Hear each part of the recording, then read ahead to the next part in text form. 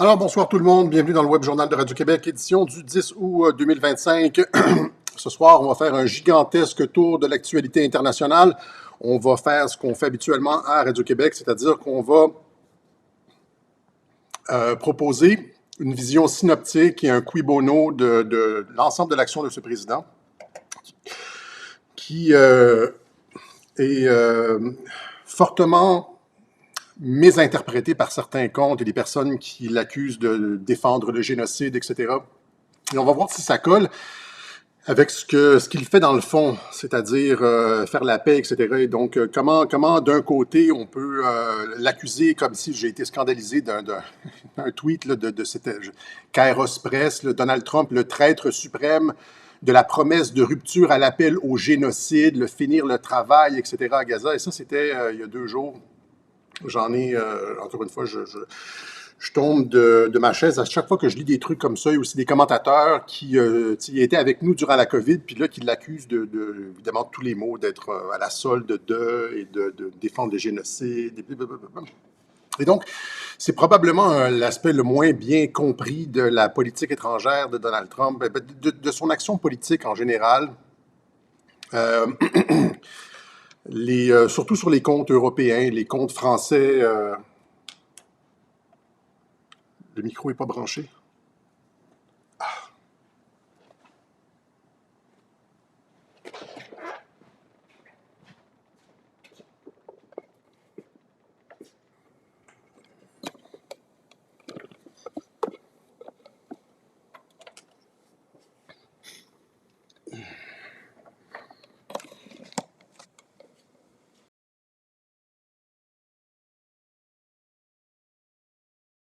Est-ce que ça va mieux, ça? Est-ce que ça va mieux? Vous m'entendez mieux maintenant avec le micro? C'est con, j'ai le fil du... en tout cas, passons. Est-ce que vous avez compris ce que j'ai dit jusqu'à maintenant?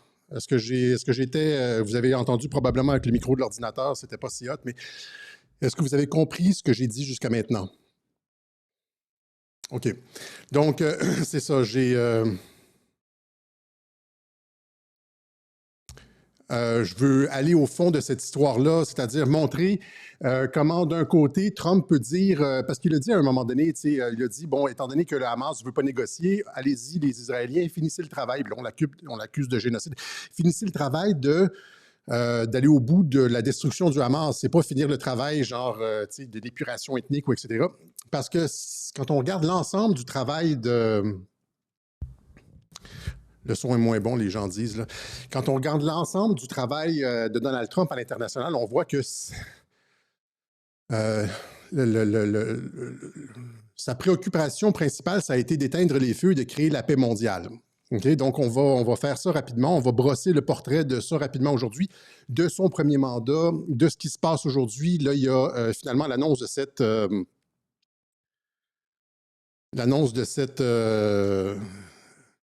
Et ça, le micro coupe un peu le volume, là, mais c'est de l'annonce de cette rencontre avec Vladimir Poutine pour mettre un terme à la guerre en Ukraine. Puis là, il y a toujours les pisses vinaigres et ceux qui crachent dans la soupe. Il dit, il avait promis de terminer ça en 24 heures, etc. Ben oui, bon. Il n'était pas pour dire, je vais terminer ça en 1 an, etc. Tu vas être en élection, tu vas être vendeur. Mais l'objectif, c'est de... Ce que vous ne pouvez pas lui enlever, c'est que son objectif, c'est de mettre un terme à ça. Puis là, tu dois négocier avec les alliés européens, etc., à garder une crédibilité. Il y a tellement de petits... truc à ajuster dans une diplomatie aussi large que celle-là sur la scène mondiale. Il y a des négociations commerciales, il y a le veto de l'Ukraine, de la Russie, etc. Et donc, mais l'objectif, ça a toujours été la paix. Donc, c'est ça, cette rencontre-là avec Poutine en Alaska va être déterminante pour l'issue du conflit. J'ai l'impression que ça se termine, que ça va se terminer rapidement. On rappelle que c'était déjà, en termes de conquête militaire, c'était déjà terminé en mars 2022. La Russie encerclait Kiev, avait encerclé Kharkov, avait pris le Donbass, avait pris, c'est quoi l'autre ville dans le sud, là?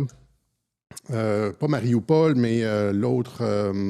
Kherson, etc., etc. Donc, la Russie avait comme pénétré profondément dans le territoire ukrainien. Et qu'est-ce qui s'est passé par la suite? La Russie a décidé de retirer ses troupes et de ne se concentrer que sur un mince front, le front du Donbass. Et ce changement de stratégie-là a pas été bien compris par beaucoup de personnes. Il était cependant nécessaire. Et donc, on va parler aussi on va avoir une réflexion générale sur la guerre et l'art de la guerre, parce qu'il y a la guerre et l'art de la guerre. L'art de la guerre, c'est réussir à faire plier ton adversaire sans combattre. On sait, c'est ce que Sun Tzu dit, c'est ce que Trump fait beaucoup, là, hein, il essaie de faire plier ses adversaires sans combattre. Les trucs sont déjà réglés à l'avance, souvent avec lui. En politique intérieure, c'est très, très, très clair. Mais c'est ça. Donc, et quand c'est pas possible de faire plier l'adversaire, quand c'est pas possible de gagner sans avoir combattu, ben, il faut combattre. Et ça, c'est la guerre. Donc, il y a la guerre et l'art de la guerre. L'art suprême de la guerre, c'est de faire plier son adversaire sans avoir à combattre. Mais des fois, le combat est nécessaire. Et là, il faut que les gens comprennent ça. Qu'est-ce que c'est la guerre? Qu'est-ce que c'est le combat? On va avoir une petite réflexion là-dessus parce que, notamment à Gaza, encore une fois, la problématique d'un web journal comme celui-ci, c'est d'expliquer des concepts stratégiques, des concepts militaires à des civils. Les gens ne veulent pas, comprennent pas et comprennent pas la nature des opérations militaires, etc. Et donc, je vais juste expliquer encore une fois un certain nombre de trucs. Et on va terminer avec ça ici, le catéchon. C'est un concept, je pense que c'est un mot grec, c'est un concept qui m'a été introduit par Maître Damien Figuier, on le salue, et qui s'applique, je pense, très bien à Trump et qui pourrait aider certains chrétiens à, je veux dire, faire... comment je pourrais dire, avancer leur réflexion sur Trump. Donc, je le mets comme ça ici, c'est la petite partie eschatologique à la fin du web journal. Donc, je ne sais pas si vous connaissez le concept de catéchon. On va y revenir. Hein. Ça tire son origine dans la Bible avec Saint Paul, mais ça s'applique à Trump. Et moi, je l'élargis un petit peu plus. Je l'élargis. On va aller voir ça à la fin. J'avais une section sur RFK parce qu'il y a tellement de choses qui se passent en santé, mais j'ai décidé de pas faire ce que j'ai fait la dernière fois. J'ai fait un web journal sur l'Obamagate, puis à la fin, j'avais ma petite capsule sur la Hamas qui avait l'air complètement ridicule à la fin. Et là, je me suis dit,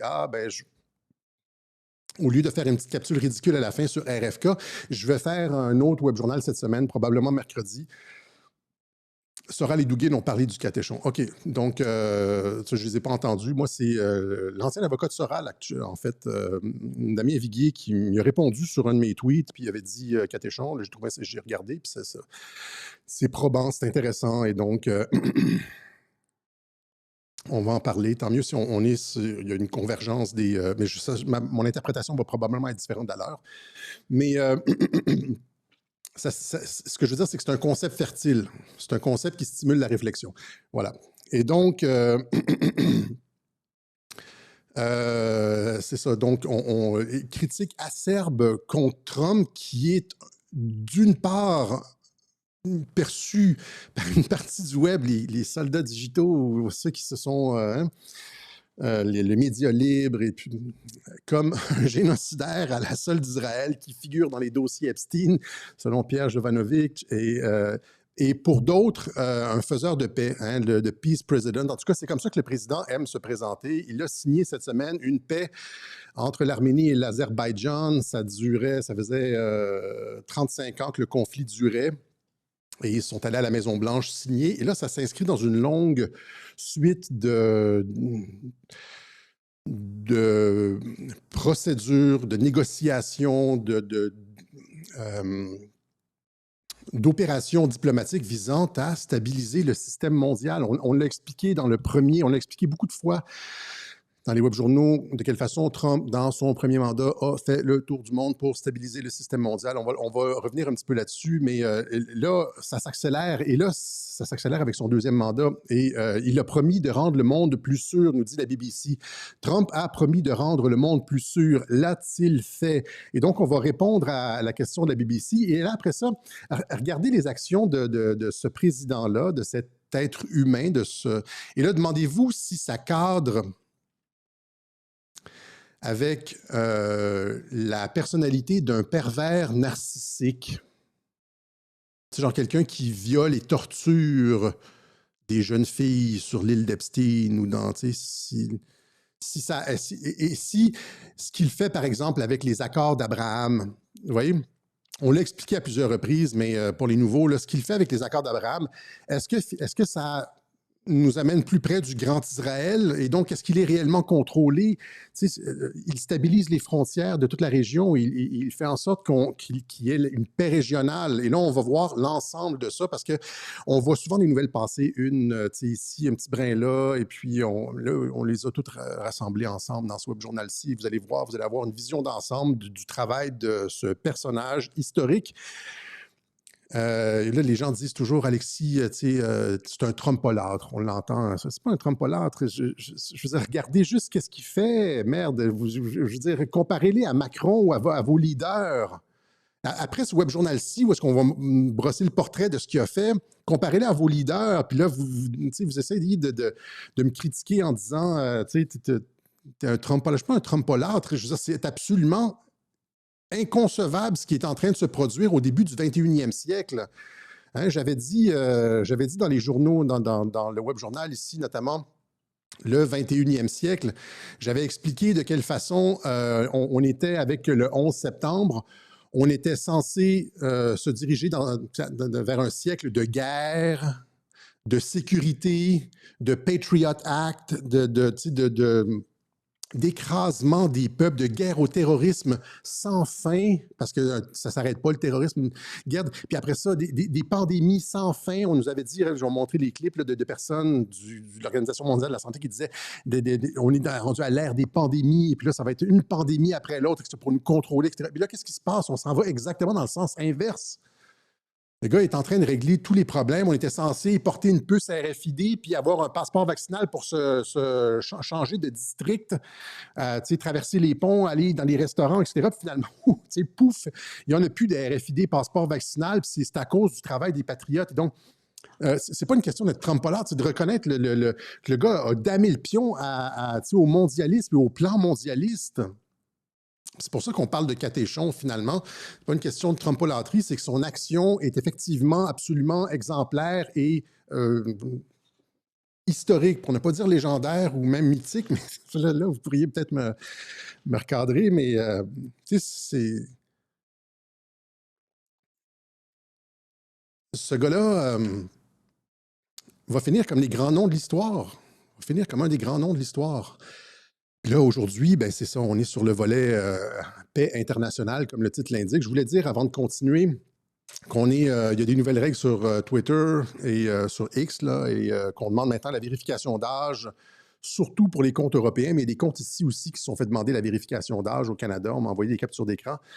Et donc, ça limite beaucoup notre portée. Et évidemment, nos finances, les rentrées, la capacité de nous appuyer, etc. Et donc, on vous suggère de vous abonner à notre Getter, les Européens, les Français. On a perdu au moins la moitié de nos vues, là. Tous les web journaux, presque tous les web journaux, depuis l'inauguration, en janvier, ont fait sur X, entre 100 et presque 400 000 vues. C'est un gros chiffre, là. En général, 150 000, 200 000 pour les bons, puis certains ont fait 350, 375 000. OK? Et là, on a, pour le dernier web journal, avec ça empêche la portée, ça empêche de partager, puis on n'apparaît pas dans les barres de recherche. Et donc, on a comme 50, 60 000, etc. Ça a au moins divisé par 2 notre portée. Donc, on demande d'essayer de nous partager le plus possible. Ça c'est un coup dur à Radio-Québec, là, et d'autres.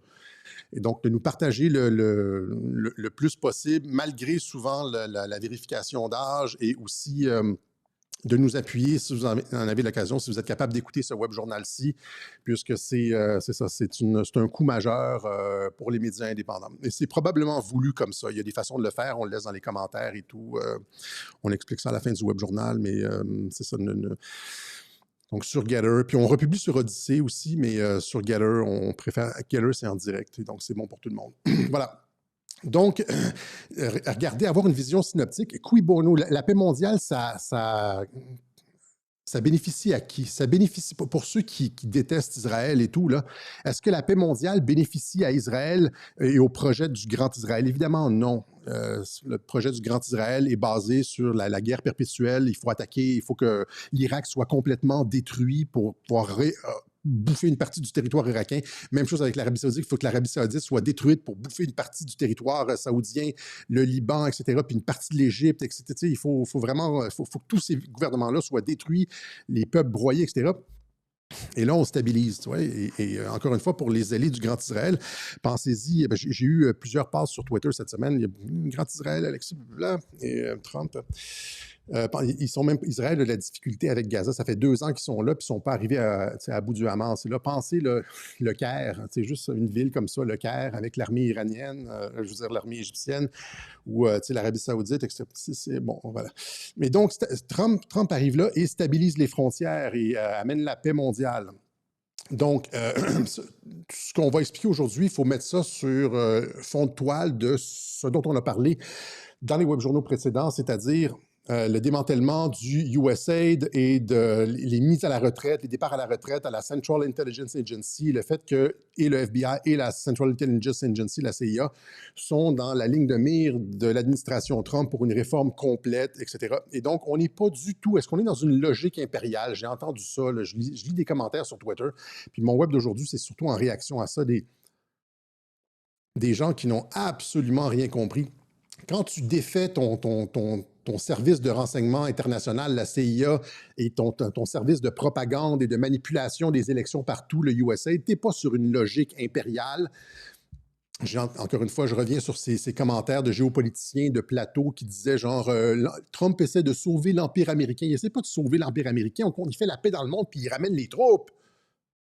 Il est sur une logique complètement différente, là. On n'est pas du tout dans le même genre de...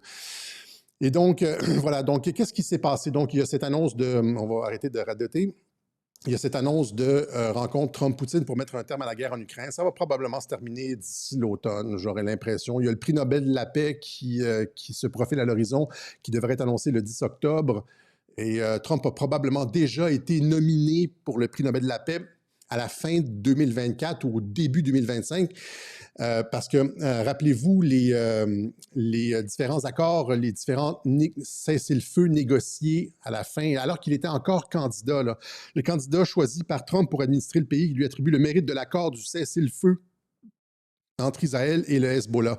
Il y avait eu aussi un accord de cessez-le-feu entre Israël et le Hamas. Il avait dit à Gaza, il avait dit je veux un cessez-le-feu jusqu'à mon inauguration. Rappelez-vous ça. Et là, il y avait eu un cessez-le-feu autant avec le Hezbollah, autant avec le Hamas. Et donc, son nom a probablement déjà été mis dans le lot. Et là, maintenant, il ne fait que dérouler parce que c'est ça qui va se passer, là. Il va certainement obtenir le prix Nobel de la paix. Et donc, je vais vous montrer un peu ce qu'il a fait depuis. Donc, ici, la Serbie, ça c'est donc la Serbie était sur le point d'entrer en conflit, mais nous y avons mis fin. Trump, nous avons travaillé avec eux et avec le Kosovo. Il était sur le point d'avoir un conflit entre la Serbie et le Kosovo, et Trump a mis un terme à ça, nous explique Euronews ici. Là, ça, on l'a vu la dernière fois. Rapidement, la RDC et le Rwanda signent un accord de paix tant attendu à Washington. Il vient de stabiliser une partie de l'Afrique. C'est toujours oui, puis après ça, il y a une rupture du cessez-le-feu, etc. Mais regardez le travail du bonhomme, là, il ne peut pas contrôler le capitaine un tel sur le terrain qui a les nerfs à vif, puis qui a tiré, puis qui a eu une salve de but en retour, etc. On ne peut pas tout contrôler, mais regardez, ayez une vision d'ensemble, c'est-à-dire ce qui est récurrent dans le travail de Trump. Donc, il les invite à la Maison-Blanche et il signe. Et là, donc, RDC et Rwanda, même chose ici avec l'Arménie et l'Azerbaïdjan. Trump annonce un plan de paix entre l'Arménie et l'Azerbaïdjan et les deux présidents, arméniens et azerbaïdjani, recommandent Trump pour le prix Nobel de la paix. Donald Trump, recommandé pour le Nobel. L'Arménie et l'Azerbaïdjan soutiennent le président américain pour le prix Nobel de la paix, rejoignent Israël et le Pakistan. Exclusif, l'appel de Trump a débloqué la crise frontalière entre la Thaïlande et le Cambodge. Le Cambodge nomme Donald Trump pour le prix Nobel de la paix. Le président Trump affirme que les États-Unis ont aidé à négocier le cessez-le-feu entre l'Inde et le Pakistan. Le Pakistan nomme Trump pour le prix Nobel de la paix, saluant son talent d'homme d'État exceptionnel. Après ça, rappelez-vous aussi, après la fin du conflit entre Israël et l'Iran, finalement, il n'y a plus de changement de régime. Et tout le monde me disait, je m'étais encore une fois mis la tête sur le bio, tout le monde me disait, tu te mets la tête sur le bio, Alexis. Je ne devrais pas faire des faces comme ça parce que je perds de la crédibilité. tout le monde me disait, genre, tu joues gros ici, alors que les missiles pleuvaient, hein, que c'était... et là, tout le monde disait, je dis, Netanyahou va accepter le cessez-le-feu, il y aura pas de reprise. Là, tu ne connais pas Netanyahou, c'est un psychopathe, Alexis, surtout les Européens, là, tu sais. Et là, je disais, non, non, non, ça va tenir. Et qu'est-ce qui se passe? Là? Bon, tu vois, c'est ça, là, 48 heures de folie. Comment l'accord de cessez-le-feu entre Israël et l'Iran a été conclu par Trump et Netanyahou qui recommande Trump pour le prix Nobel de la paix à la Maison-Blanche.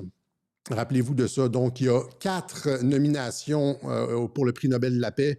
Azerbaïdjan, Arménie, Cambodge, Pakistan et Israël. Ça, c'est sans compter... ça, c'est juste en 6 mois. C'est en 6 mois En 6 mois! Je veux dire, avez-vous... Puis là, après ça, il y a des pistes vinaigres sur X qui dit il avait promis d'arrêter le conflit en Ukraine en 24 heures. Regardez le travail de ce bonhomme-là. C'est des gens qui sont éternellement insatisfaits.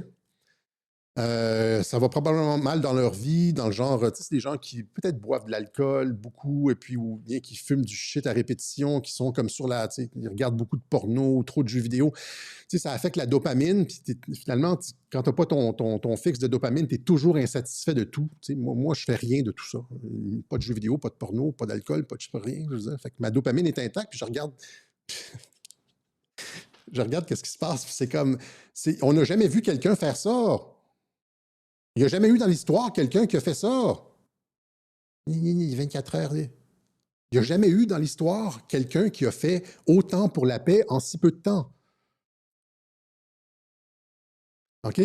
Ça, c'était depuis le mois de janvier. Là, dans le premier mandat, rappelez-vous, c'était la paix avec Kim Jong-un. Il avait dit qu'il allait faire sauter la Corée du Nord. Puis là, les gens me disent toujours, genre, tu sais, m'arrive avec une déclaration, une coupure de presse. Là, un tel a dit qu'il allait faire sauter telle chose. Que dis-tu de ça, Alexis? Arrêtez de regarder les déclarations. Ça sert à rien. C'est pas... c'est du tape à l'œil. Mais pas seulement ça. Donc, il n'y a pas non seulement cette... Regardez le petit Kim, le Rocketman, comme il l'appelait, là, l'homme fusée. Tout content de serrer la main de Donald Trump, les deux rigolent bien et puis s'entendent. Les médias toujours insatisfaits, un peu comme les pistes vinaigres, les black pills. Là. Hein, Trump, ami des dictateurs, nanana, c'est jamais assez bon pour les médias. Quelques bonnes nouvelles, c'est la même chose avec les black pills puis les pistes vinaigres. Quelques bonnes nouvelles, il y a toujours tu ne comprends pas, Netanyahou, blabla, c'est comme... C'est jamais bon. L'Iran n'acceptera jamais. Ce sont des fanatiques. Soit c'est un côté, soit de l'autre. Et donc, ça s'inscrit dans une logique mondiale pour Trump. Hein? Rappelez-vous, le retrait des troupes de l'Irak et de l'Afghanistan, c'est le fondement de la politique America First. America First, c'est on arrête de dépenser des milliards pour des conflits qui ne nous concernent pas. On ramène les troupes à la maison et on reconstruit les États-Unis. Encore une fois, il n'essaie pas de sauver l'Empire américain, comme la Tarte disait là, sur un autre plateau de télévision. Il ramène les troupes, il est comme sur un autre logiciel complètement. Hein? Donc, il ramène les troupes de l'Afghanistan, etc. Et ce qui est intéressant, c'est que la façon dont il a fait le croc en jambe, on l'a expliqué dans le web journal il y a 3 ans, le web journal qui s'appelle Le piège afghan, où est-ce que c'est Trump qui se retire d'Afghanistan, mais tu ne peux pas ramener tous les équipements, etc. Ça serait trop cher, trop de logistique, etc. Et donc, il laisse Biden prendre le coup, l'odieux du retrait. Puis, le fait d'abandonner les jeunes filles qui ne pourront plus aller à l'école parce que quand tu prends des décisions de politique étrangère, il y a des conséquences. Tu te retires d'Afghanistan, tu n'es plus le gendarme du monde, là. Il y a des conséquences à ça, puis il y a comme plein de personnes qui vont dire il abandonne, si. Et donc, tu laisses Biden se débrouiller avec la merde, mais c'est lui qui a signé. C'est donc retrait des troupes américaines d'Irak. Ils sont passés, il reste encore quelques centaines de troupes, je pense, moins d'une brigade. C'est moins de 2000, aux alentours de 2000 hommes. C'est rien, une brigade. Je pense qu'en Irak, il y a déjà eu 300 000 hommes. Donc, même chose avec la Syrie, il retire les troupes de la Syrie.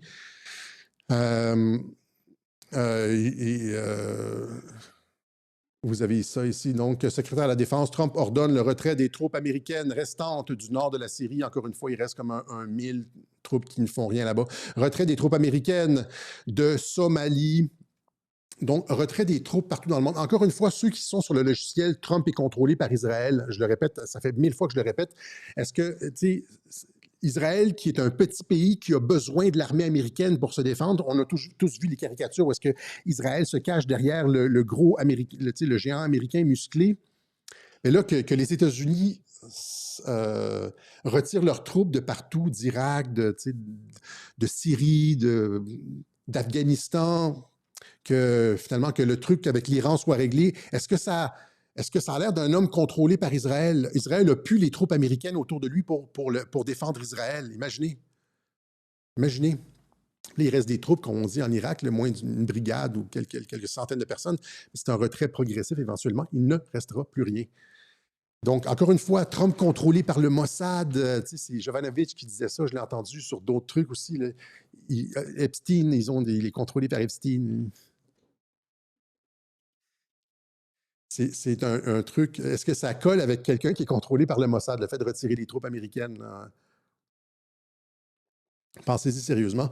Si vous pensez, si vous regardez, si vous avez une vision d'ensemble de l'action du bonhomme, Trump, là, vous regardez les affirmations individuelles des pisse-vinaigre, Black Pill, etc., vous comprenez que c'est complètement ridicule. Salim Laibi, tout ça, là, tu sais. On va arriver à Gaza. Et donc, finalement, mais si tu retires les troupes américaines de partout dans le monde, y compris tout autour d'Israël, l'espèce de appareil de sécurité pour Israël, en Syrie, un petit peu partout, là, les troupes américaines en Irak, etc., qui étaient là pour intervenir à la demande d'Israël, etc. Ben, si tu retires tout ça, Israël se trouve tout nu. Mais tu as besoin de stabiliser la région. C'est ce que Trump fait avec les accords d'Abraham. Accord d'Abraham, traité entre Israël, les Émirats arabes unis, le Bahreïn, le Maroc, etc., pour la normalisation des rapports avec Israël. Donc, tu enlèves les casus belli, les zones de tension. Et donc, comme ça, étant donné que la région est apaisée, tu peux retirer tes troupes. Tu n'es pas obligé d'être là pour toujours protéger Israël. Étant donné qu'il y a la paix, fait que c'est ça, c'est gagnant-gagnant, Trump. C'est toujours ça avec Trump, c'est gagnant-gagnant. Donc, les accords d'Abraham avec Netanyahou, le boucher. Accord de normalisation économique entre le Kosovo et la Serbie, il y a ça aussi, hein, donc, ouais, c'est ça. Donc, les accords d'Abraham, et là, ça c'était lors de son premier mandat. OK? Donc, il retire les troupes. Deuxième mandat, on vient de voir c'est quoi. Donc, prix Nobel, négociations partout dans le monde. Et donc, finalement, qu'est-ce que c'est les accords d'Abraham? Donc, normalisation des relations entre le Maroc, entre les Émirats arabes unis, le Bahreïn et l'Arabie, pas encore l'Arabie saoudite, on y arrive, l'Arabie saoudite. C'est un peu le nœud du problème.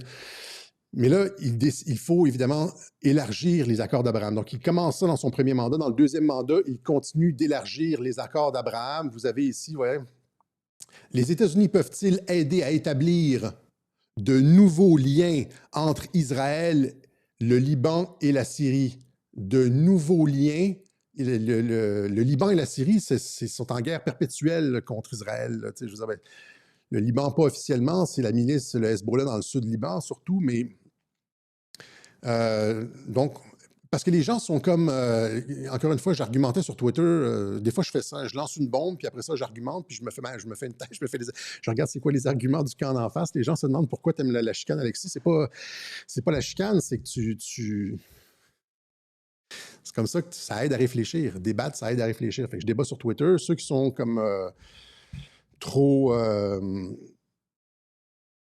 comment on pourrait dire, trop baveux, eh bien, je les flush, je les bloque, mais les autres, je débat un peu, ça m'aide à réfléchir. Et donc, ici, Israël a l'intention d'inclure le Liban et la Syrie dans les accords d'Abraham. Et là, nous disant, non, il n'y aura jamais de paix, Netanyahou poursuivra toujours son... Non, non, non! On s'en va vers la paix, vous n'avez pas compris, on s'en va vers la paix. C'est toute la région qui s'en va vers la paix, y compris le Liban, la Syrie. Ahmed al-Shara a déclaré vouloir rechercher la paix avec Israël, c'est la Syrie, ça, et envisager l'adhésion de la Syrie aux accords d'Abraham. La Syrie est prête à rejoindre les accords d'Abraham, a déclaré Shara, un représentant américain.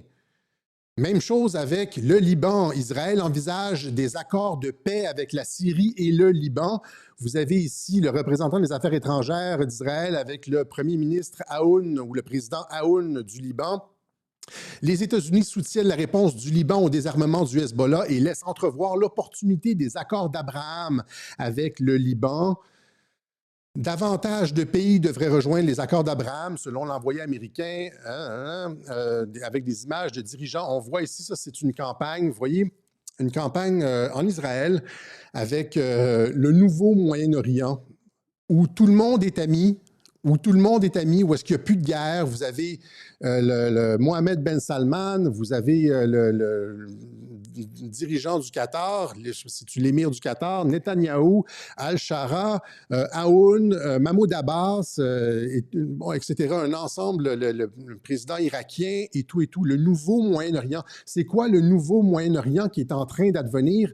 Ben, c'est ce dont Trump a parlé dans son voyage en Arabie, à Riyad. Il a fait son discours de Riyad où est-ce qu'il a dit c'est le temps de mettre de côté la guerre et de penser à un Moyen-Orient qui se développe par lui-même, qui utilise son argent pour la prospérité et le développement social. Il l'a expliqué, on l'a expliqué dans le web journal Donald Darabi, qu'on s'en allait vers ça. Là, ce que vous voyez, c'est l'ensemble de la région qui va rejoindre les accords d'Abraham, une normalisation des rapports avec Israël.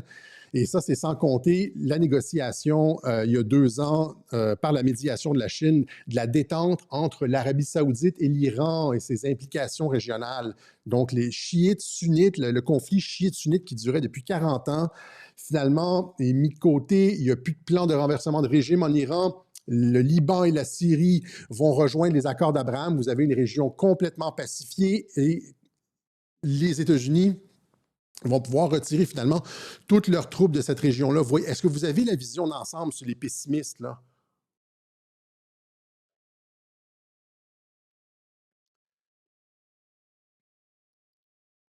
Est-ce que vous voyez la vision d'ensemble? Et que tous les pays arabes sont à bord, ou presque. C'est déjà réglé.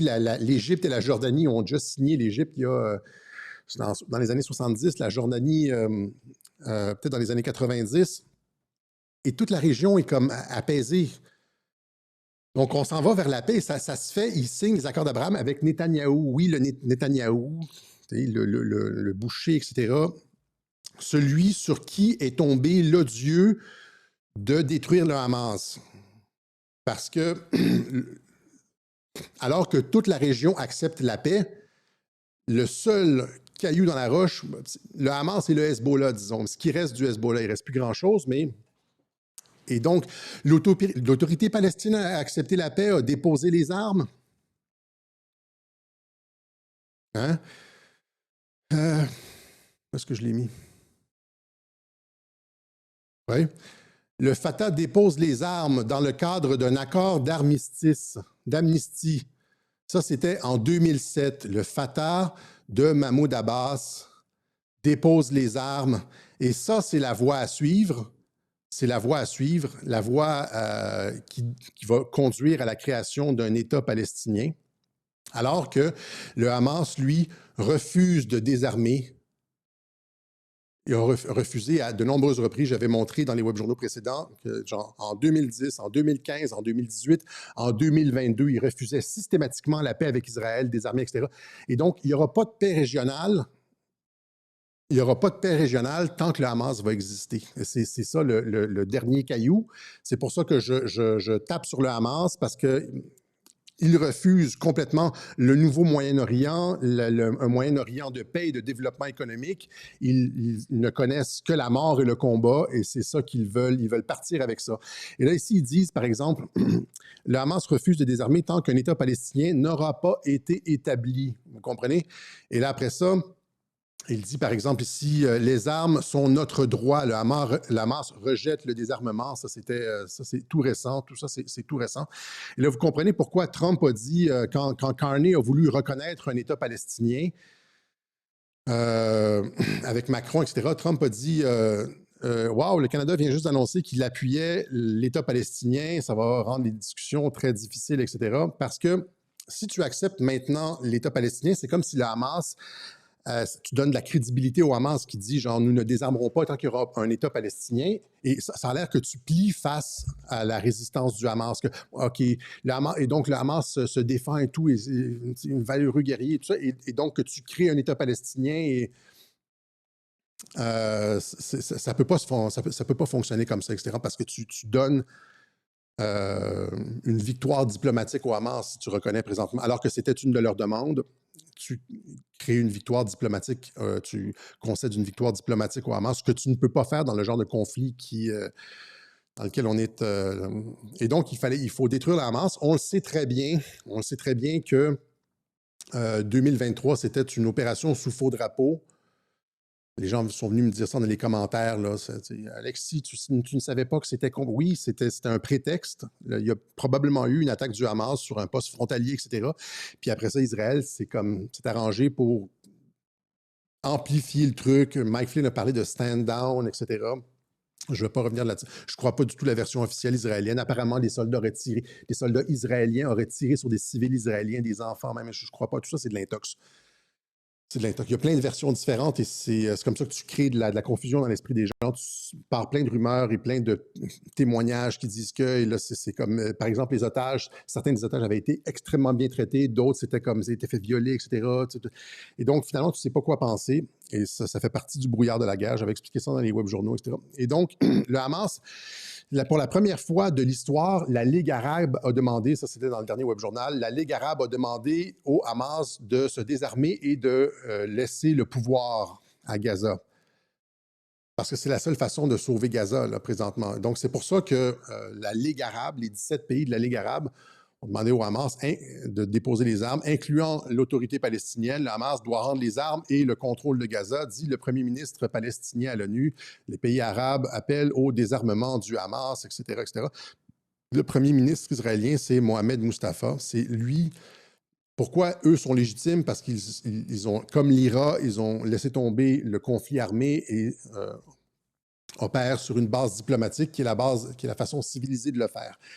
Donc, qu'est-ce qui se passe à Gaza? À Gaza, étant donné que c'est ça, le Hamas refuse la paix, jusqu'à temps qu'Israël soit détruit, hein, ou qu'il y ait la création d'un État palestinien, eh bien, les opérations continuent. Et donc, le Hamas est devenu un obstacle à la paix.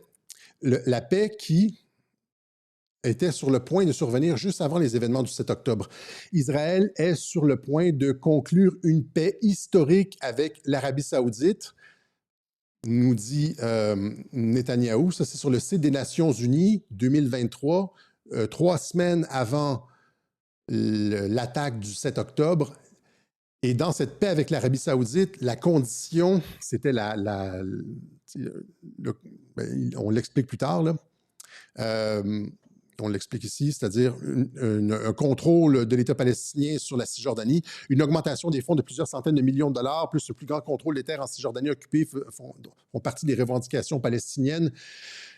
Dans le cas d'un accord tripartite impliquant les États-Unis, l'Arabie saoudite et Israël, a appris la BBC. Il devrait également rencontrer des responsables américains. Évidemment, les États-Unis étaient derrière ça. Ce n'est pas l'administration Biden, c'est l'administration Trump. Le président Biden devrait également prouver qu'il a obtenu des avancées significatives pour les Palestiniens pour faire passer ça. Les Palestiniens fixent les conditions de leur accord historique avec l'Arabie saoudite. Les Palestiniens fixent leurs conditions. Mahmoud Abbas, ceux qui ont déposé les armes et qui sont légitimes pour parler ont fixé les conditions. Et donc, vous voyez ici, et tout le monde disait qu'on était sur le point d'un accord qui allait régler la question palestinienne et tout. Évidemment, la question palestinienne ne peut pas être réglée avec un groupe qui décide, qui refuse de rendre les armes et qui a annoncé sa volonté de détruire Israël, de se battre jusqu'à la dernière goutte de son sang pour détruire Israël. Hein? Le prince héritier saoudien affirme que l'accord de normalisation avec Israël se rapproche. Et là, ici, ça c'est encore une fois Netanyahou, les Nations unies, une paix véritable avec les Palestiniens. La paix entre Israël et l'Arabie saoudite créera véritablement un nouveau Moyen-Orient. Rappelez-vous le discours de Riyad, rappelez-vous les accords d'Abraham, l'extension des accords d'Abraham, la paix entre l'Iran et l'Arabie saoudite, le nouveau Moyen-Orient. Et là, on l'annonçait déjà en 2023, c'est probablement tout réglé, il reste juste la question du Hamas. Donc, un nouveau Moyen-Orient a poursuivi le premier ministre, notant qu'à mesure que le cercle de paix s'élargit, un véritable chemin vers une paix authentique avec les Palestiniens peut enfin être atteint. Ça, c'est les mots de Netanyahou. Pour ceux qui ne suivent pas, j'ai dit à une couple de personnes, t'as pas suivi. Euh, Toute la région est en train de se mobiliser pour la paix, signer la normalisation avec Israël. Et le cas des Palestiniens a déjà été négocié avec l'Arabie saoudite pour la reconnaissance, etc. Et donc, il faut juste attendre la destruction du Hamas. C'est pour ça que je m'en prends au Hamas, parce qu'ils refusent de déposer les armes. Ils sont un obstacle à la paix. Et tant que le Hamas va continuer à se battre, il va y avoir des larmes, du sang, des enfants déchiquetés, etc. Ça va durer pour encore un siècle. Premièrement, les gens disent, dans les arguments, les gens disent Israël doit disparaître. Tu ne comprends pas, Alexis, c'est Israël qui doit disparaître. Israël est un État nucléaire reconnu à l'ONU par 180 pays ou quelque chose comme ça. Là. Israël ne disparaîtra jamais. Et donc, à partir du moment où est-ce que dans ta logique, tu commences avec Israël doit disparaître, c'est-à-dire qu'on a encore pour 300 ans d'enfants déchiquetés, là. Parce qu'Israël ne sera pas disparu dans 100 ans, là. Si ta première pierre intellectuelle là, dans l'édifice de ta réflexion, c'est Israël doit disparaître comme premier argument, là, ben, tu es en train d'annoncer à tous ceux qui te lisent puis ceux qui regardent ton cerveau que ben, tu es pour encore 100 ans de guerre, alors qu'aucun pays a réussi à détruire Israël. Il y a eu 3 attaques arabes sur Israël. À chaque fois, Israël a gagné, puis les peuples arabes et les Palestiniens ont perdu du territoire. Ça ne sert pas à grand-chose, les attaques militaires. Prendre les armes contre Israël, ça ne sert pas à grand-chose. Quand tu mets ça comme précondition, la disparition d'Israël, tu es juste comme tu viens de voter pour encore un siècle d'enfants déchiquetés. C'est juste ça, là, parce que ça n'arrivera pas. Fait que tu veux juste que le conflit continue avec une espèce de truc de genre Israël va disparaître. On peut ne pas aimer Israël, tu peux être antisémite, tu peux être, dire les Juifs s'ils contrôlent tout, blablabla, les médias, etc. Les médias, ouais, ceux qui ont fait la vie dure à Donald Trump depuis 8 ans, là, bizarrement, sont contrôlés par, ouais, comme selon ces gens-là, là, je ne sais pas, je n'ai pas fait le décompte exact, contrôlés par les. Pourquoi Israël, qui contrôle les médias, a fait la vie dure à celui qui, supposément, qui le finançait puis qui contrôlait en coulisses là, avec la liste Epstein? Pourquoi, si tu contrôles Trump avec la liste Epstein, tu as besoin, il va tellement contre ton intérêt en retirant les troupes de la région que tu es obligé de l'attaquer avec les médias. Pensez à toutes les incohérences de ce que vous affirmez. Si Trump est contrôlé par le Mossad avec un dossier Epstein, ben, il va juste garder les troupes américaines dans la région, puis il va attaquer les pays. Il va être dans une logique de changement de régime. Si le Mossad contrôle Trump, Trump va être dans une logique de changement de régime au Moyen-Orient au profit d'Israël. C'est pas ça qui se passe là. C'est pas ça qui se passe là. Et donc, quel genre tu sais. Cependant, ils appuient Israël parce que Trump appuie Israël à Gaza et il faut finir le travail, c'est-à-dire détruire le Hamas, parce que le Hamas, tant que le Hamas va être là, il n'y aura pas d'État palestinien, puis on va être dans une logique de guerre. Et donc, il faut finalement détruire le Hamas. OK? Et donc, ça, c'était 3 semaines, cet accord-là, cette annonce-là aux Nations Unies et tout, l'accord avec l'Arabie saoudite et les Palestiniens, c'était 3 semaines avant le 7 octobre. Et donc, l'opération du 7 octobre a été déclenchée pour régler le dernier problème. Ce n'est pas une vraie attaque du Hamas sur un poste frontalier avec des otages, etc. En tout cas, c'est cousu de fil blanc, mais c'est surtout un prétexte pour détruire le Hamas. Et tous ces soutiens dans la société civile israélienne, oui, parce que Hamas, c'est pas juste des militants, hein. C'est pas juste des gars avec des bandeaux puis des roquettes, c'est un parti politique qui contrôle des écoles, des mosquées, la télévision à Gaza, etc. Oui, c'est la société civile aussi, le Hamas. Et donc, le réfléchissez. Donc, pensez-y réellement si Israël contrôlait Trump avec un dossier Epstein, si Trump retirait les troupes de la région puis laisserait Israël seul. C'est juste comme un exercice de cohérence intellectuelle. Là, après ça, on m'a sorti plein de ce genre de trucs-là. Là. Il dit, quiconque veut contrecarrer la création d'un État palestinien doit soutenir le renforcement du Hamas et transférer l'argent du Hamas, transférer de l'argent au Hamas. Cela fait partie de notre stratégie. Et donc, on m'a dit souvent, les gens, le Hamas, c'est une création d'Israël. Non, le Hamas, c'est pas une création d'Israël. Le Hamas, est-ce que je l'ai à quelque part?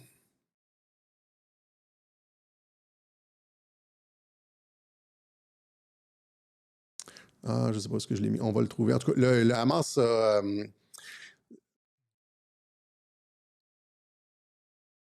Hamas est un mouvement politique radical qui a été créé, je pense, dans les années 80 à Gaza, etc. Et Israël l'a aidé financièrement. Ce n'est pas une création 100% d'Israël. C'est un mouvement radical de la base à Gaza. Et puis là, la politique de Netanyahou, ça a été, étant donné qu'il y a un mouvement radical comme ça à Gaza, on va s'arranger pour séparer les Palestiniens le diviser pour régner. Là. Et donc, on va encourager le Hamas, on va s'arranger pour qu'ils montent, ils prennent du poids de la bête et qu'ils puissent challenger l'autorité palestinienne. Ce n'est pas une création d'Israël. Israël l'a financé pour lui donner des ressources, pour qu'il puisse se développer. Et puis, il a arrosé, là, il a comme... Et c'est ce qui s'est passé finalement. Il y a eu comme l'autorité palestinienne et il y a eu le Hamas. L'autorité palestinienne a déposé les armes et négocie. Mahmoud Abbas va être le premier président palestinien. Le Hamas va être détruit. Ici, donc, quiconque, réfléchissez à ça. J'ai demandé aux gens de réfléchir sur Twitter. Là.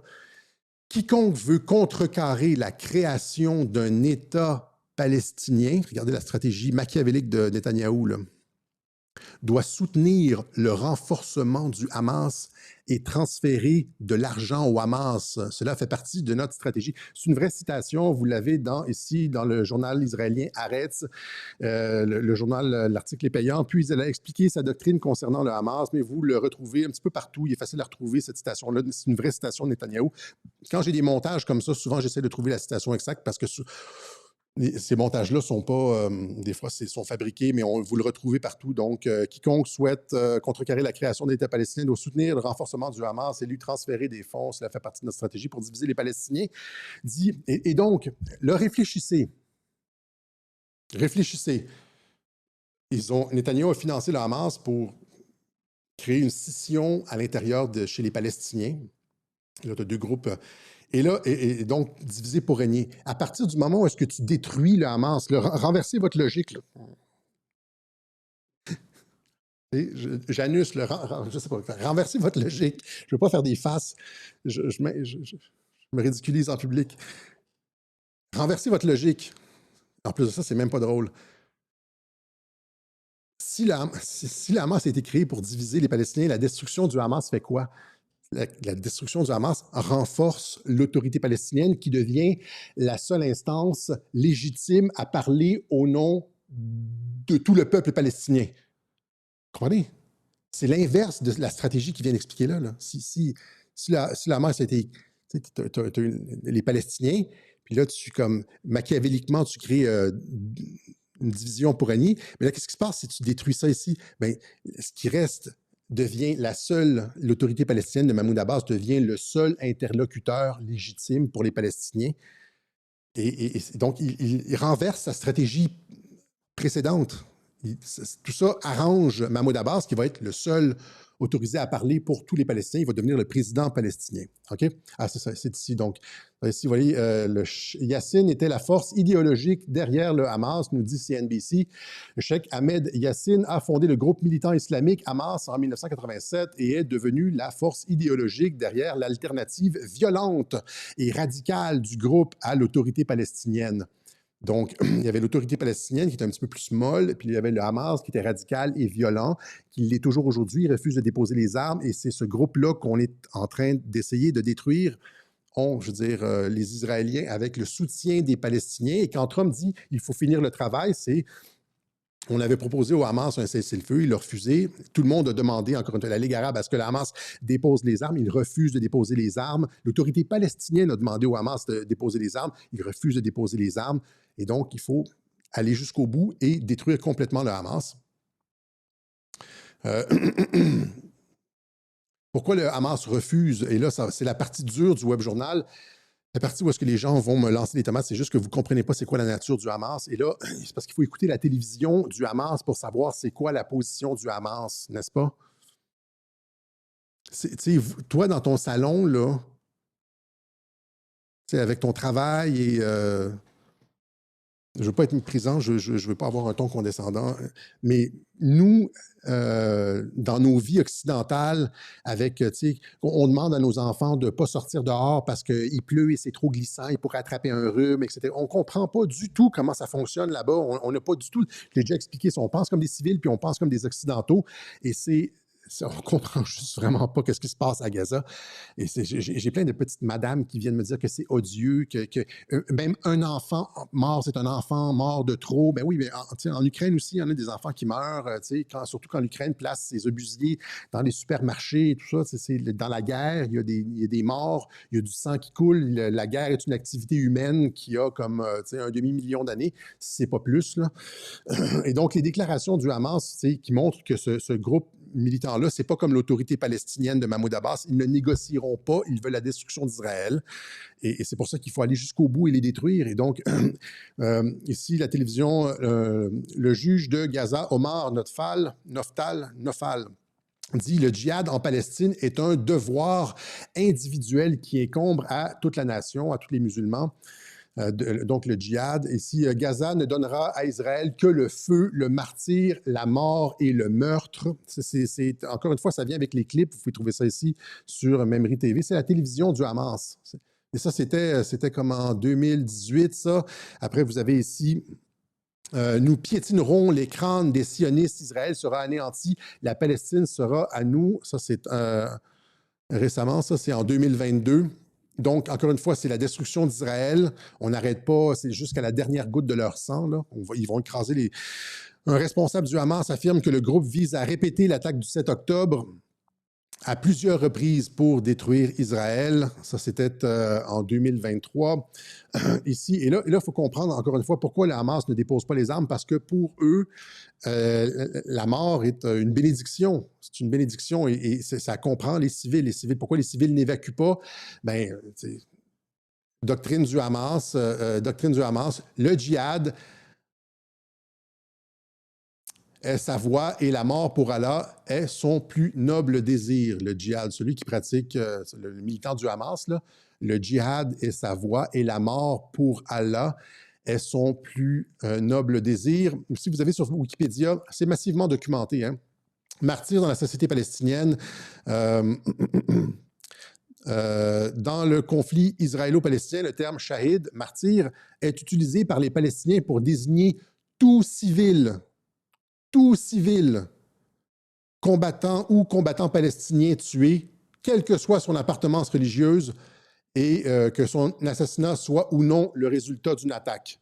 C'est-à-dire que ce soit un dommage, qu'il a été ciblé directement ou que ce soit un dommage collatéral, s'il meurt dans une attaque israélienne, il devient un martyr et évidemment, les martyrs vont au paradis. C'est-à-dire qu'ils ne chérissent pas la vie comme nous. Vous comprenez? C'est difficile à faire comprendre ça à des Européens. Mais ces gens-là souhaitent la mort.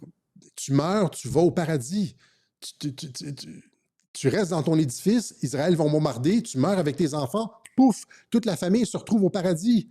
Je ne veux pas être condescendant, c'est réellement ça qu'ils pensent. Je veux dire, c'est massivement documenté. Le martyr, c'est la vie, djihad et le martyr dans l'idéologie du Hamas. Il y a énormément de publications là-dessus. Ça, c'est le dirigeant du Hamas, Haniyeh, comment il s'appelle? Ismaël Haniyeh, le nouveau chef du bureau politique du Hamas. Nous sommes un peuple qui aime la mort. Nous sommes un peuple qui aime la mort autant que nos ennemis aiment la vie. Hein? L'article 8, le djihad et sa voie et la mort pour Allah sont plus nobles désirs. Le militant du Hamas, c'est pas juste des combattants, c'est la société civile. C'est les mosquées, c'est les écoles, c'est même les hôpitaux, c'est les ministères, c'est la télévision. Qui, on pourrait dire, au mieux, n'ont pas peur de la mort et la souhaitent. Nous chérissons la mort. Hein? Vous avez ici éducation, endoctrinement et incitation, les enfants palestiniens en route vers le martyre. Une étude sur le sujet. La mère des martyrs se présente pour la Hamas. Elle a perdu ses 3 fils. Puis là, elle se présente sur la Hamas. Puis pour la Hamas, elle veut continuer ça. Elle a perdu ses 3 fils et elle veut continuer. C'est-à-dire, elle veut elle-même se faire sauter. Elle veut elle-même aller au paradis. Ses 3 fils sont allés au paradis. Elle veut aller les rejoindre. Vous comprenez? J'ai pas à inventer ça. Venez pas me dire dans les commentaires que c'est odieux. Ce qui est odieux, c'est ce qu'il y a dans leur tête à eux. C'est pas moi qui le montre. C'est pas Alexis, tu es comme... mais tu comprends pas, Israël a volé leur terre, etc. Oui, mais il y a différentes façons de réagir à ça. Comme par exemple quand les Allemands sont rentrés en France en 1940, etc. Tu signes l'armistice. J'arrive justement avec le truc de la guerre. Mais le truc de je vais même pulvériser mes enfants et tout le monde, parce que tout le monde s'en va au paradis de toute façon, c'est particulier à Gaza, ça. OK? Et donc, il y a différentes façons de réagir à les Tibétains, par exemple. Allons-y tout de suite, tant qu'à y être. Tu sais, les Tibétains, les Chinois sont rentrés au Tibet là, en 1951. Ils ont, selon les Tibétains, les Chinois ont volé le Tibet, ils leur ont pris le Tibet, ont pris le contrôle du Tibet. Le Dalai Lama s'est sauvé, etc. Les Tibétains ont résisté un peu avec leur armée boboche. Hein, il y a eu de la résistance. Il y a même les moines qui ont pris des armes pendant un certain temps. Le monastère de Serra à Lhasa, je pense, a pris des armes contre les Chinois, etc. Ça a fait des morts et tout ça. Mais à un moment donné, tu te dis, t'arrêtes. Pourquoi t'arrêtes? Parce que tu chéris la vie. Parce que tu ne veux pas que tes enfants meurent. Pourquoi l'empereur Hirohito du Japon a capitulé en 1945 après les 2 bombes nucléaires?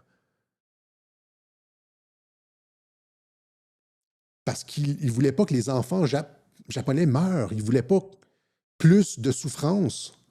À un moment donné, tu atteins un niveau de « OK, c'est suffisant, vous avez gagné, je ne veux pas que mon peuple meure. » Mais il n'y a pas ça à Gaza. Tu capitules, tu dis genre... Puis là, les États-Unis ont pris le contrôle du Japon, tu sais. Même chose avec la France en 1940. Pourquoi la France a signé l'armistice en 1940? Tu sais, dans le train là, avec Hitler et ses généraux, là. Pourquoi la France a signé l'armistice? Parce qu'elle se disait, on ne peut pas gagner, nous avons perdu, on va arrêter la boucherie tout de suite. On veut que nos jeunes hommes, au lieu de se faire déchiqueter par les mitraillettes allemandes et les Stuka et les tanks, on veut que nos jeunes hommes puissent rentrer à la maison avec leurs femmes et leurs enfants. On veut garder notre jeunesse. Et donc, on a suffisamment souffert, mais il n'y a pas cette espèce de switch-là avec le Hamas, vous comprenez? Même chose avec les Américains au Vietnam, même chose avec... il n'y a pas on a assez souffert, on veut... Le Hamas continue. Je ne sais pas si vous voyez un peu la distinction, c'est-à-dire que dans l'utilisation de la force militaire, c'est d'utiliser la guerre, le recours à la force militaire, c'est pour contraindre par la violence un adversaire. Quand tu fais la guerre, quand tu veux contraindre un adversaire par la violence, tu vas faire des choses qui vont faire couler le sang. Et tu vas continuer à appliquer la violence. C'est ça la guerre, là. Je ne suis pas allé à West Point, là, mais, ni à Saint-Cyr. Mais c'est ça la guerre. C'est-à-dire tu vas faire couler le sang, tu vas tuer, bombarder, déchiqueter, couper des bras, détruire des édifices, raser des villes, jusqu'à temps que l'adversaire plie, puis qu'il n'ait plus de volonté de se battre. Dans tous les conflits modernes, les villes sont rasées. Tu regardes en Ukraine, c'est rasé. Le conflit en Syrie, les villes sont rasées. Gaza est rasé, etc. Il y a un moment où est-ce qu'on arrête, où est-ce que tu te dis genre stop, on a assez souffert et on a perdu assez de jeunes gens. On veut que nos enfants retournent à leur famille et puis, OK, c'est correct, là. Mais il n'y a pas ça à Gaza, il n'y a pas ce switch-là parce que selon Haniyeh et la charte du Hamas, nous sommes un peuple qui aime la mort autant que nos ennemis aiment la vie. Ils aiment la mort, la chérissent, vont au paradis, etc. De toute façon, ils sont prêts à embrigader l'ensemble de la société civile pour y arriver. Elle dit ici, vous voyez, ça c'est une Raja al-Halabi, chef du mouvement des femmes du Hamas. Elle dit Une jeune fille en quête de martyr n'a qu'une chose en tête. Une jeune fille. Il y en a des jeunes filles en quête de martyr à Gaza. Hein? Ça rentre dans les morts civiles, mais c'est comme, ouais, en quête de martyr, parce que c'est ça que le Hamas rentre dans la tête des gens depuis presque 40 ans. Une jeune fille en quête de martyr n'a qu'une chose en tête. Rencontrer son Seigneur à travers son sang et les parties de son corps. Elle se fait exploser, elle ramasse le lance-roquette, puis elle tire, puis elle se fait... Ouais. À Gaza, elle continue. À Gaza, les enfants sont élevés dans l'amour du djihad dès le plus jeune âge. C'est pas juste elle qui le dit, c'est partout, c'est à la télévision, dans les écoles, et on est incapable de concevoir le niveau de radicalisation de cette petite partie de terrain-là. Et quand Trump dit qu'il faut finir le travail, ben c'est ça, c'est parce qu'on a une paix régionale qui s'en vient, tout le monde est d'accord, puis le Hamas refuse et il va y aller en sacrifiant jusqu'à leurs enfants et la dernière goutte de leur sang. Ils sont endoctrinés dans les écoles. Ça, c'est un rapport des Nations Unies ici. UNRWA, éducation, réforme or régression, la réforme ou la régression, parce que les Nations Unies financent des écoles palestiniennes, il y a des fonds là, qui financent des écoles et des professeurs, et des enseignants de l'ONU appellent au meurtre des Juifs, révèle un nouveau rapport. Hein? Donc, révèle 47 nouveaux cas d'incitation de la part du personnel des Nations Unies et de violations politiques déclarées de l'agence, etc. Ça n'arrêtera, ils ne veulent pas arrêter, ça n'arrêtera jamais. Ils utilisent les enfants, ils les endoctrinent dès le plus jeune âge. C'est pas juste. J'ai en fait sur mon ordinateur plein de rapports de l'armée israélienne de ces enfants qui transportent des explosifs. Il y a des témoignages de ça. J'ai montré le témoignage il y a 2 ans. On utilise des enfants pour transporter des explosifs parce que ça a l'air de rien. Mais c'est massivement documenté. C'est massivement documenté. Vous avez ici Amnesty International, sur le site d'Amnesty International.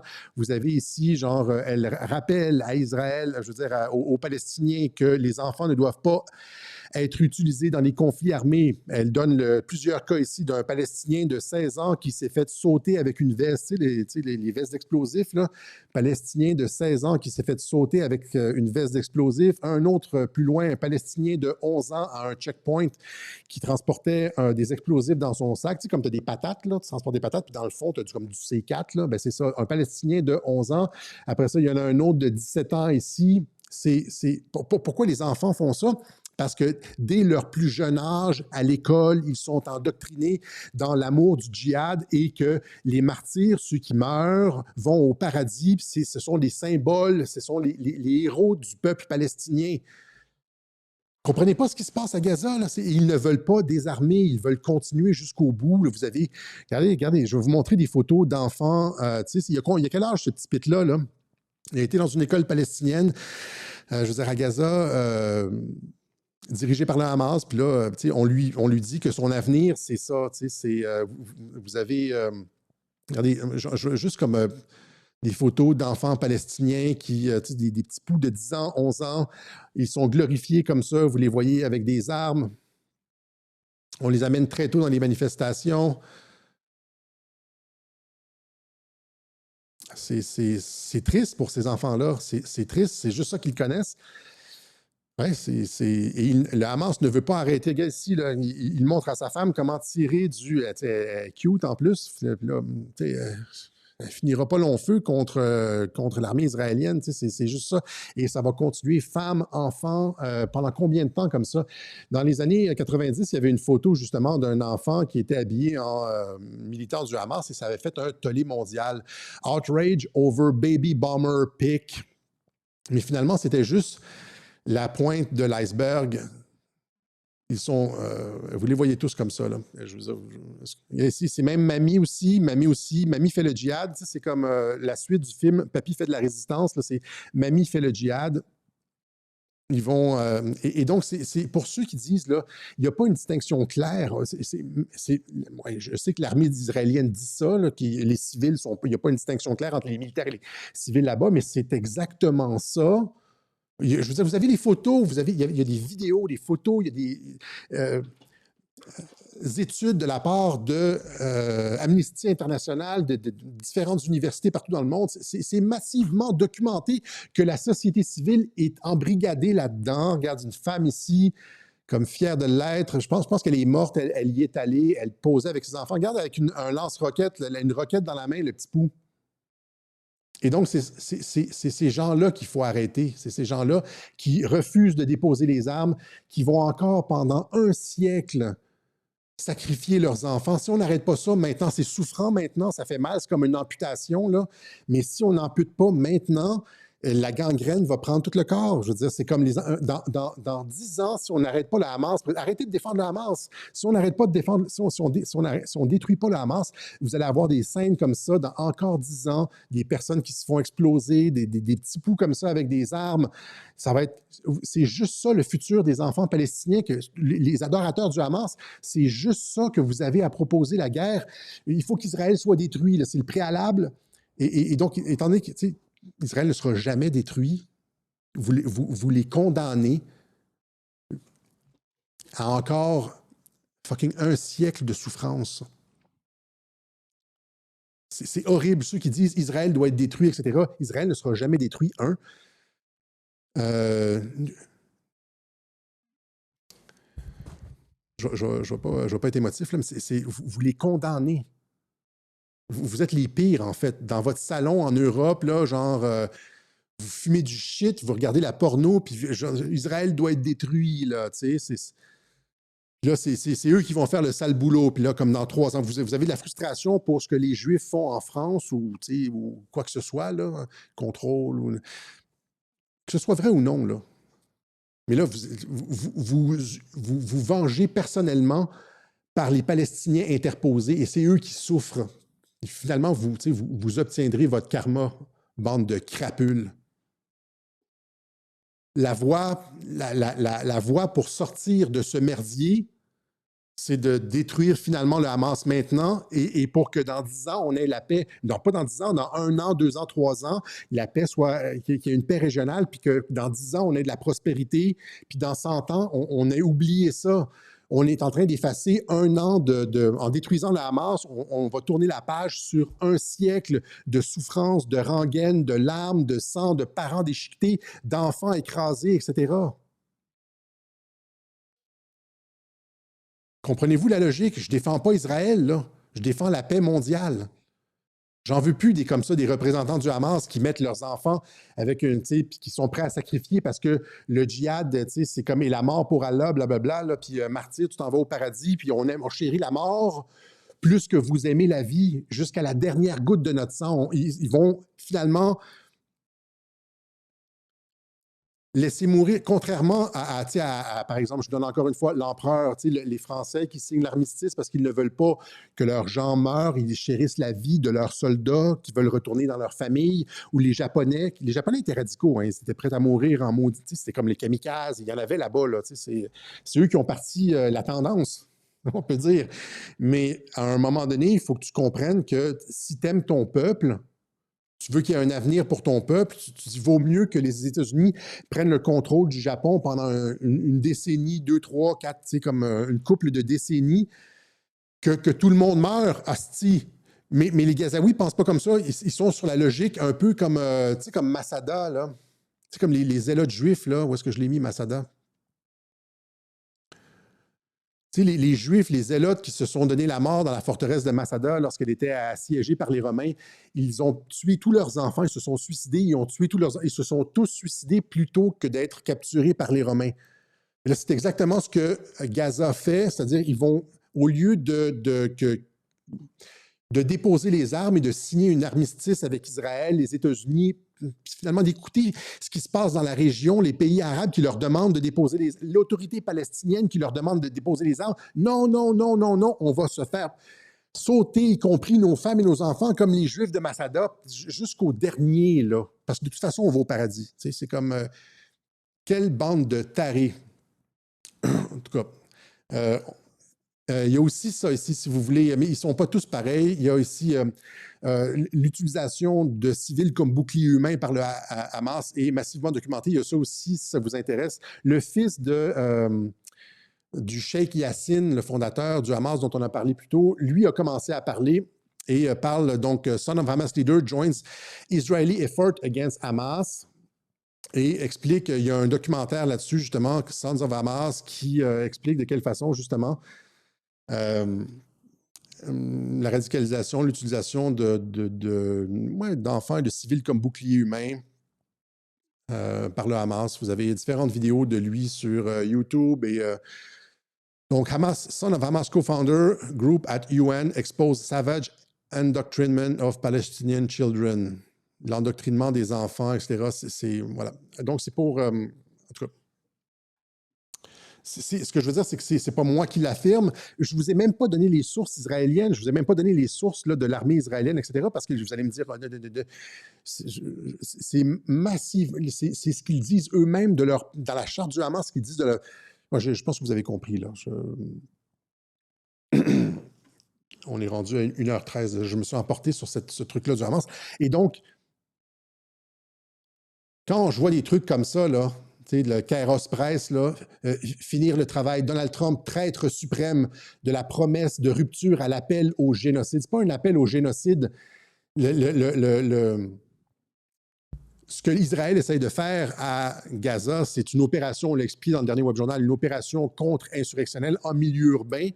C'est-à-dire que juste le fait qu'au moment où le Hamas dépose les armes et dit « on se rend », ben, les opérations arrêtent, on s'entend. Donc ça, c'est pas un génocide. Un génocide, c'est le génocide arménien, où est-ce que c'est une opération, ce que c'est une opération contre-insurrectionnelle en milieu urbain où, dans le cadre de laquelle les civils sont extrêmement récalcitrants et participent aux opérations, comme le Viet Cong. Quand tu savais pas, au Vietnam, tu savais pas, il y avait comme le Viet Cong, puis tu savais pas quand le villageois allait comme sortir le truc de riz, là, puis allait sortir un Kalachnikov, puis tirer dessus.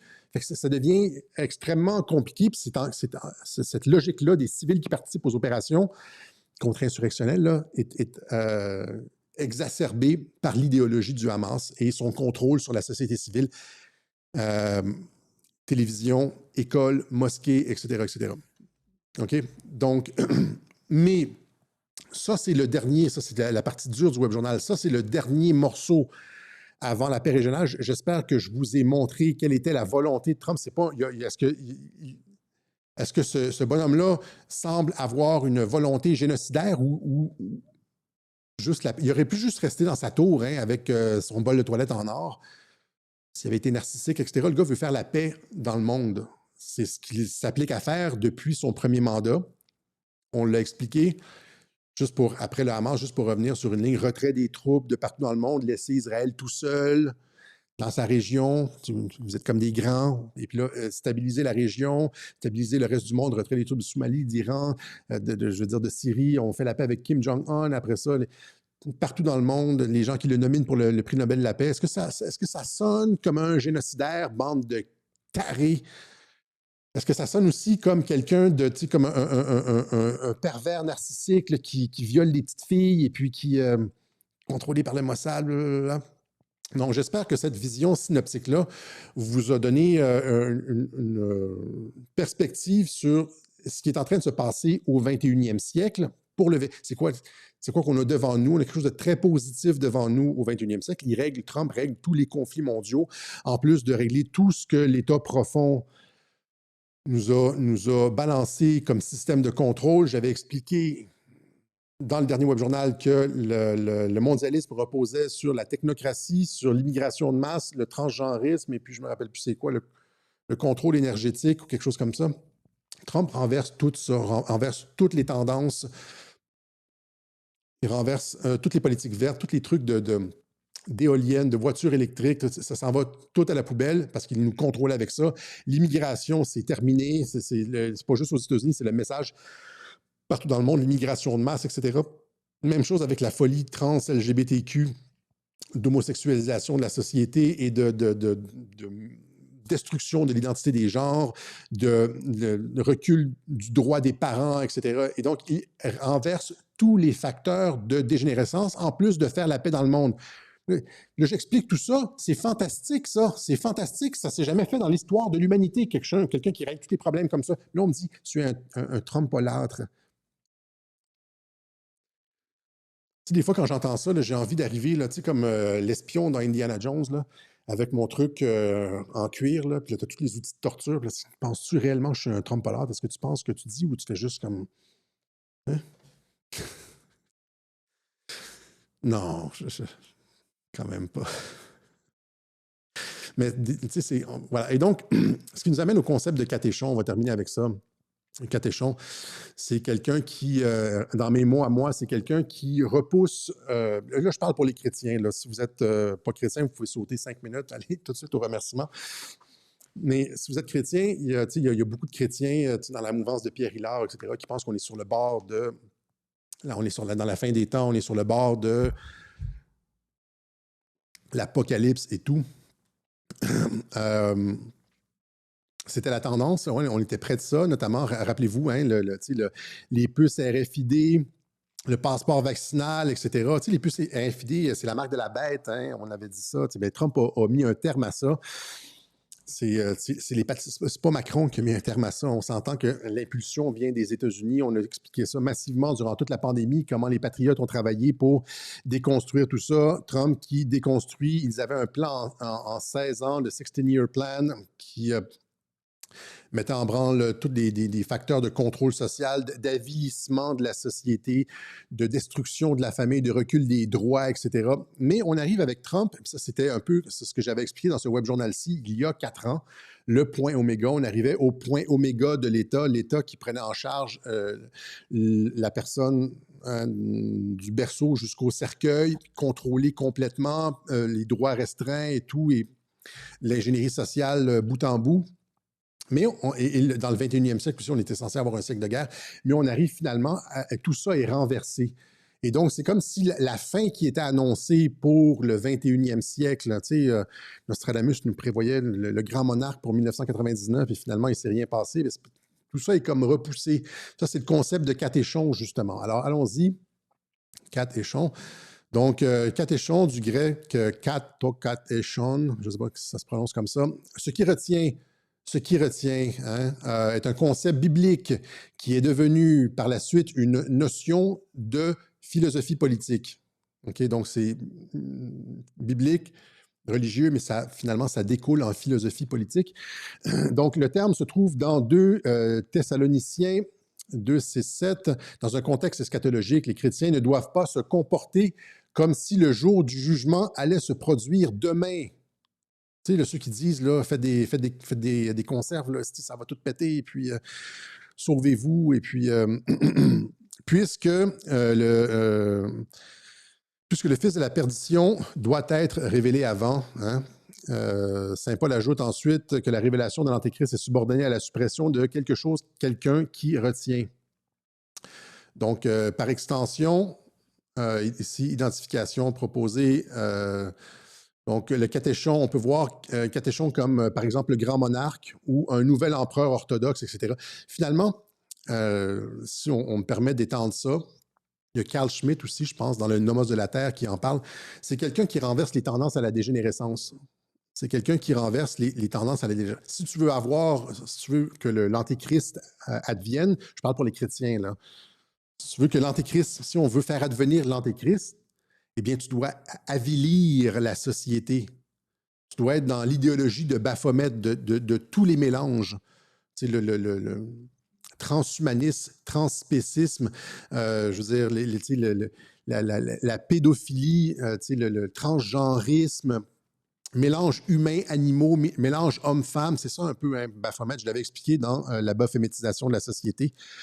Tu dois avilir la société, détruire la structure familiale, détruire l'Église, détruire un certain nombre de choses, avilir l'éducation. Et c'est ça qu'on voyait. Hein, et qu'est-ce que Trump fait? Eh bien, tous ces facteurs de dégénérescence sont renversés sous Trump, ou presque tous. Là, vous allez me sortir, là, genre, je vais avoir un commentaire, genre, comme tu as oublié ce truc, Trump a dit que... Regardez sur l'ensemble, sur 90% des trucs, on s'en allait avec le plan en 16 ans vers du contrôle complet avec puces RFID, endoctrinement massif, guerre mondiale, à la style comment ça s'appelle, Sum of All Fears, une guerre mondiale qui commence avec une opération sous faux drapeau, une bombe qui saute, le truc de Uranium One, j'avais expliqué ça dans le dernier web journal.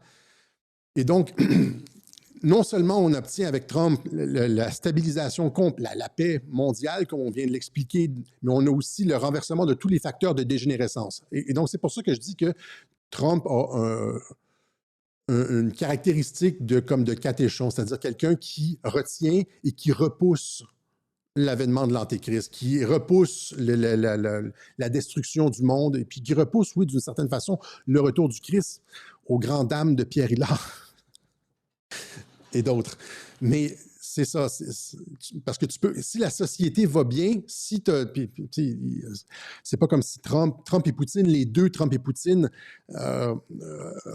redonnent vie au christianisme. Aux États-Unis, là, il y avait comme plein de lois, comme du service de revenus, etc., puis des lois qui persécutaient les chrétiens, et Trump les enlève toutes une par une. Donc, les chrétiens peuvent... Aux États-Unis, il y a un boom de chrétienté aux États-Unis, comme il y a eu un boom de chrétienté avec le retour de Vladimir Poutine, même si, n'en déplaise à Pierre Hillard, la Russie n'a pas été consacrée au Sacré-Cœur. Et donc, il y a quand même... on n'est plus du tout dans... Et ce boom-là, ce retour du christianisme-là peut se passer partout, y compris au Québec, en France, etc. Mais donc, c'est ça, le catéchon, c'est ce qui repousse. Et puis là, il y a Trump qui repousse, qui renverse tous les facteurs de dégénérescence, etc. Donc, catéchon, ce que je dis, c'est qu'il y en a probablement plusieurs de ce type de personnages-là qui repoussent la dégénérescence à plus tard, qui viennent des hommes, on pourrait les appeler, c'est pas des sauveurs, là, pour pas choquer personne, mais des hommes providentiels qui arrivent et qui empêche la destruction de l'humanité, qui repousse on pourrait dire l'avènement de l'Antéchrist, l'Apocalypse, tout ça, à plus tard. Puis là, il y a Trump qui fait ça, qui semble avoir tout fait ça. Il n'y aura pas de troisième guerre mondiale, il y aurait juste le Hamas. Le Hamas sans tête, ils ont choisi de mourir. Mais ça va être, on va passer par-dessus, et puis ce nouveau Moyen-Orient-là va arriver. Et donc, puis après Trump, il y a comme le grand monarque. Fait qu'il y en a comme un autre après. Là, fait que on n'est vraiment pas près de... Imaginez, là, le grand monarque, là, c'est celui qui a été prophétisé par Saint Rémy, là, celui qui a baptisé Clovis, le premier, le roi des Francs, je pense au 7e siècle, au 6e ou 7e siècle, 600 quelques, je ne me rappelle plus, à la bataille de Jemam. Il a parlé de Saint-Rémy, qui est le Saint-Crème, tout ça, pour l'onction, pour les rois, tout ça. Mais lui a parlé du grand monarque, le retour du Saint-Empire romain germanique. Et puis il y en a eu une succession jusqu'à Nostradamus qui ont parlé. Il y a eu la mystique bretonne, Jaheni, il y en a eu comme des dizaines qui ont parlé du grand monarque, dont Nostradamus, etc. Lui, il n'est pas encore arrivé. À moins que ce soit Trump, mais je pense pas. Là, je ne dirais pas jusque-là, parce que là, vous allez dire que je suis un vrai Trumpolâtre, mais on est... Et donc, voilà, c'est le concept de catéchon. Le grand monarque, c'est celui qui renverse la tendance, qui donne un second souffle à l'humanité. Donc, ce sont ces hommes providentiels qui arrivent et qui donnent un second souffle. Ce n'est pas des sauveurs, là. Ils donnent un second souffle à l'humanité, etc. Voilà, c'est ce qu'on avait. Il y a des gens qui disent, ouais, c'est ça, Québec est une terre sacrée, etc. Bon, je suis sûr que la plupart des peuples pensent qu'ils sont les peuples élus. Il y a des gens au Québec, c'est ça, qui pensent comme ça. En France, ils disent que c'est le Nouvel Israël. Et puis, la Russie pense que c'est la Sainte Russie. Les Russes, l'Église orthodoxe russe pense qu'elle est la seule véritable... Je pense que c'est ça, hein, elle est la seule véritable héritière du christianisme, alors que ça a été comme dégénéré partout. Là, ça vient de Constantinople, de Byzance, et puis finalement, ça s'est retrouvé en Russie. Il y a eu l'Empire romain a été séparé en deux. Il y avait Rome, puis il y avait Constantinople, l'Empire d'Orient, et puis l'Empire romain d'Occident, et puis finalement, c'est ça. Constantinople est finalement tombé aux Turcs, mais voilà. Je ne vais pas faire d'histoire, on est rendu à 1h26. Voilà, c'est ce qu'on avait pour vous aujourd'hui. Catéchon, rappelez-vous de ça. Voilà, on va remercier ceux qui nous soutiennent, puisque On explique ces choses-là que les gens ne comprennent pas. On a une vision d'ensemble qui est absolument nécessaire. Euh, non seulement ça, mais ben, pour des gens, c'est hyper sécurisant tout ça. Pour d'autres, ça clarifie les choses. Pour d'autres, dans les web journaux, vous trouvez énormément d'arguments. Ça vous aide à réfléchir, etc. Un web journal, c'est tellement mieux qu'un film même moyen ou mauvais. Tu sais, pensez là, à chaque fois que vous allez au cinéma, vous dépensez 25 ou je sais pas, comme 20 euros, je sais pas. Là, vous sortez du film, ouais, c'était pas si bon que ça. Un web journal, c'est rarement très, très, très mauvais. Tu sais, le pire web journal contient quand même plus d'informations qu'un film moyen, disons. Il y a juste une fois de temps en temps qu'on sort du cinéma puis qu'on se dit ouais, c'était un super film, ça, wow! Et puis, tu sais, le phénomène Avatar, là, et puis avec les lunettes 3D. Les web journaux sont. Pour quelque chose comme le prix c'est à peu près le même temps, 1 heure et demie, là, vous avez quelque chose de beaucoup plus solide qui est beaucoup plus constructeur cognitivement, on se construit cognitivement, mais c'est pas juste ça, c'est que avec les web journaux, on développe des habitudes mentales, on apprend à élargir sa perspective, il y a des trucs qui restent. Dans les films, c'est rare qu'il y ait des trucs qui restent. Et donc, je pense qu'on a une utilité, on met beaucoup de travail là-dessus et on a besoin de votre aide, comme d'habitude. L'été, c'est toujours la pire période pour les web journaux. Et c'est ça, l'année dernière, on disait aux gens de vérifier leur carte de crédit si ça avait expiré, etc. Et en plus de ça, on est censuré, là. Il y a comme vérification d'âge. C'est pour ça que le mettre sur Twitter, je vais probablement réduire ce que... Merci, Frank. Je vais probablement réduire ce que je donne comme détail dans la description du web journal pour éviter la censure, les robots, l'intelligence artificielle. Parce que ça nous frappe fort, là, ça nous percute durement, cette vérification d'âge et tout. Et donc, pensez à nous soutenir si vous ne l'avez jamais fait, si vous avez grandement gagné avec les web journaux, si vous pensez que je suis un salopard qui défend les génocidaires israéliens, ben il y a d'autres chaînes, là, mais si au contraire, vous avez compris ce que j'essaie d'expliquer, la paix dans le monde, etc., puis le dernier caillou, c'est le Hamas, puis le problème du Hamas, c'est son idéologie mortifère. On ne peut rien faire avec ça, ils ont choisi leur camp. C'est ça, finalement, le web journal en 30 secondes. Là. On s'en va vers un 21e siècle, l'âge d'or, un 21e siècle de paix, où au lieu de dépenser pour des systèmes d'armement, on dépense pour le développement technologique, le développement social, industriel. En tant qu'espèce, on se propulse dans le futur. Non, il n'y a pas d'antéchrist, etc. Et puis, parce qu'on renverse tous les facteurs de dégénérescence, on repousse ça à plus tard. On verra, dans 3 générations, on ramènera ça. Ça ne sera pas de notre vivant. Je pense que c'est clair. Voilà, donc si cette perspective stratosphérique vous a allumé, pensez à nous appuyer, c'est grandement apprécié. OK? Est-ce que ouais, encore une fois, parce que c'est un pitch de financement, fait que je suis obligé de me lancer des fleurs. Je suis obligé de dire c'est bon, et puis, tu sais, vous aimez ça, et donc, appuyez-nous, et puis, oh, Grinch, merci beaucoup. Et donc, en tout cas, vous connaissez la valeur des web journaux, puisque ça vous apporte, si ça vous apporte quelque chose, pensez à nous. Voilà, c'est ce que je voulais dire. On va se laisser là-dessus. 1 heure et demie, c'est pas mal la limite, et puis j'ai les yeux qui fatiguent. Ça fait comme 3 jours que je suis comme ça, là, je cligne pas des yeux devant mon écran, là, à faire le web journal.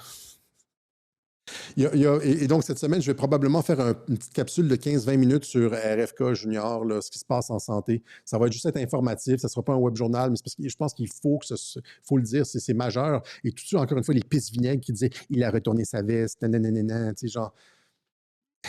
Sur le long terme, ils ont toujours tort. Puis, j'aimerais pas ça être un pisse vinaigre. Des gens qui ont des problèmes de dopamine. Lâchez la porno. Allez. On se donne rendez-vous mercredi. Ciao.